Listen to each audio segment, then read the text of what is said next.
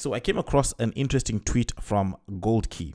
Now he says that if you were Richard Hart, what would you do to make PulseChain successful? Now I responded to the tweet saying that create an infrastructure fund where you invest in different projects that are building on PulseChain. Now I like the idea of investing because it's almost like limited work. You don't have to be involved in the day-to-day running, which is different from your PulseChain or even your PulseX, something that probably is consistently being upgraded, different from PulseChain as well, which is always being upgraded, which means that there is work to be done to at least maintain the blockchain. Now, someone says in creating more farms. I think that's a great idea, but farms are not as popular as they used to be before. So there's that. And then we have another one that says, like the GOAT said, Satoshi abandoned Bitcoin after 2 years, and it has been the fastest appreciating asset in history. RH already gave PulseChain more than Satoshi gave its invention. Now, I disagree because if you look at what Satoshi did moving from 0 to 1. It's almost like inventing a technology. So the amount of work he had to do before studying the other attempts to building a currency, all that other research that had to go before Bitcoin becomes a thing was a lot of work. And if you look at everything that has come on top, your Ethereum, everything was all building on top of what he built.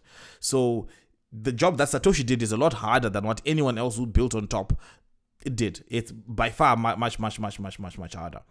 So I do think that Satoshi did a lot for the crypto space. I mean, but obviously people don't care that much about Satoshi anymore. Now it's all numbered go up talk. But in terms of innovation, yeah. Then we have pay centralized exchanges to list, pay influencers to talk about it 24/7, pay advertising everywhere, and then pull all that liquidity 500x. Yeah, I do think that this is a good one. I think it will be very, very helpful. Because unfortunately, it looks like the game in many cases is now kind of pay to play. So if you start paying a lot of that stuff, if you go and like the way to do it strategically would be to say, okay, look, which community is the easiest that we can onboard people onto, right? If it's like meme coin people, if it's like then you have to attack the meme coin people. How do you do it? You advertise where meme coin people gather. They've got Telegram groups. There's YouTube channels that just cover meme coins. There's all those little sub communities. And the good thing about many of those smaller niche communities is that you can have very, very targeted marketing. And that's where $1 goes a long way there. Because it's different from if you're in marketing directly in those communities. And it's like coordinated, where it's not just coming from one source, it's multiple sources. I think it can be very, very powerful. And then we have start streaming when ecosystem starts pumping again. Challenge influencers to debate bridges between low gas fees for cheaper on-ramping. Yeah, I think starting streaming is going to be huge. That'll be huge. And the good thing about it is because when Richard Hart was streaming, it was kind of back in the day before TikTok really. So now with TikTok and with the amount of hexagons out there who can chop up that content and make some really fire short videos, it could really easily go viral with streaming, especially with our current environment of TikTok that did not exist when you were streaming back in the day. I think that could be extraordinarily impactful. Now, PulseChain is already a success. I think Richard Hart is winning out weak hands. I agree with this as well, right? PulseChain is extraordinarily successful. I mean, if you look at the chains that launched around the same time, we've got Doge Chain.